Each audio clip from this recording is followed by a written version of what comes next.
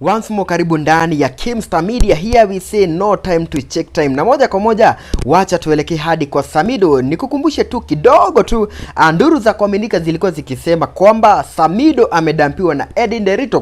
Kwa wewe mwenye ambaye haukumbuki, Eddie Derito aliweza kuhamia kule nchi ya USA, na hiyo ndio sababu ambayo ilifanya watu waseme ati Samido amedampiwa. Lakini hata kukiwa hivyo, mtu anafahamika kama Samido aliweza kujitokeza na kujitetea vikali sana, na akaonekana kuwa alikuwa na hasira mingi sana aliposema, si mnapenda kufuata maisha ya mtu na vitu hamjui. Unaongelea mtu mwenye utakufa kama hujaifika half of his achievement, mtaibika tu siku moja. Oh yes, that is Samido. Baada ya kusikia ati nduru za kuaminika zinasema kwamba alidampiwa na Nyamu. Sasa alijitokeza na akasema watu wanapenda sana kufuatilia maisha ya mtu, na wale ambao wanafuatilia maisha yake and they cannot even make it to half of his achievement. Kwa hivyo akawaambia ati one of these fine days they will be very much embarrassed, ama wataibika siku moja. Hii inaweza kuwa ni njia ya kusema kwamba mtu anafahamika kama Samido, kuna uwezekano kwamba watakuwa wakirudiana na Eddie Derito ambaye ni mke wake wa kwanza,